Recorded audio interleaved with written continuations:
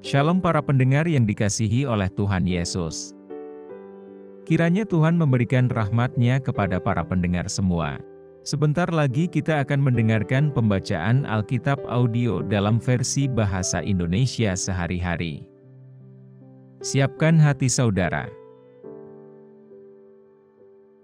Efesus pasal 2. Semuanya adalah kasih karunia.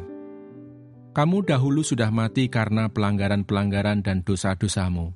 Kamu hidup di dalamnya karena kamu mengikuti jalan dunia ini, karena kamu mentaati penguasa kerajaan angkasa, yaitu roh yang sekarang sedang bekerja di antara orang-orang durhaka. Sebenarnya dahulu kami semua juga terhitung di antara mereka ketika kami hidup di dalam hawa nafsu daging dan menuruti kehendak daging dan pikiran kami yang jahat. Pada dasarnya, kami adalah orang-orang yang harus dimurkai, sama seperti mereka yang lain.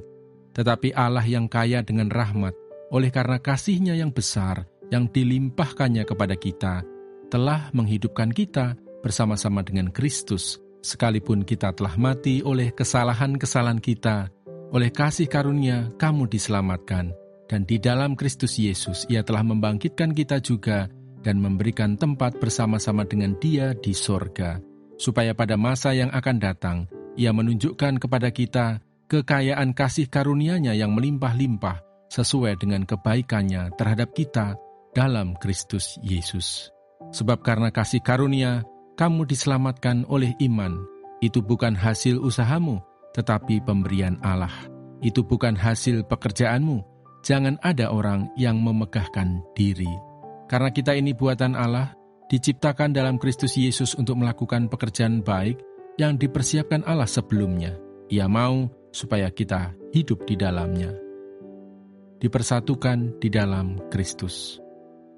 Karena itu ingatlah bahwa dahulu kamu sebagai orang-orang bukan Yahudi menurut daging, yang disebut orang-orang tak bersunat oleh mereka yang menamakan dirinya sunat, yaitu sunat lahiriah yang dikerjakan oleh tangan manusia, bahwa waktu itu kamu tanpa Kristus, tidak termasuk kewargaan Israel dan tidak mendapat bagian dalam ketentuan-ketentuan yang dijanjikan, tanpa pengharapan dan tanpa Allah di dalam dunia.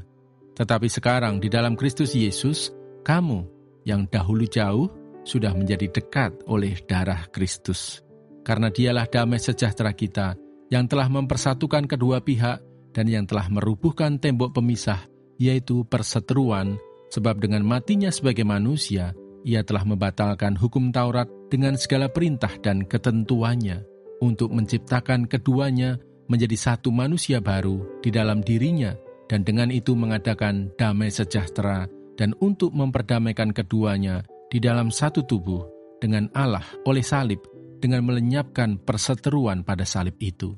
Ia datang dan memberitakan damai sejahtera kepada kamu yang jauh, dan damai sejahtera kepada mereka yang dekat.